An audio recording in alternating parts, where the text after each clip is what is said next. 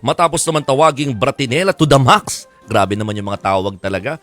Matapos tawaging Bratinela to the max, hindi pa rin tapos si ACT Teachers Party List Representative Franz Castro sa pahaging kay Vice President Sara Duterte. Yan ay matapos na hindi dumalo ni VP Sara sa budget hearing ng Kamara tungkol nga sa pondo ng Office of the Vice President sa susunod na taon. Matatandaang nung nakaraang OVP budget hearing, nagpatutsyada naman si Representative Castro na ang pusit na nasusukol ay naglalabas ng maitim na tinta. Kaya ang mambabatas hindi napigilang i-review ang pusit na inihain sa kanilang pananghalian nung Martes matapos na i-boycott ng bise ang kanilang hearing. Pakinggan nga natin.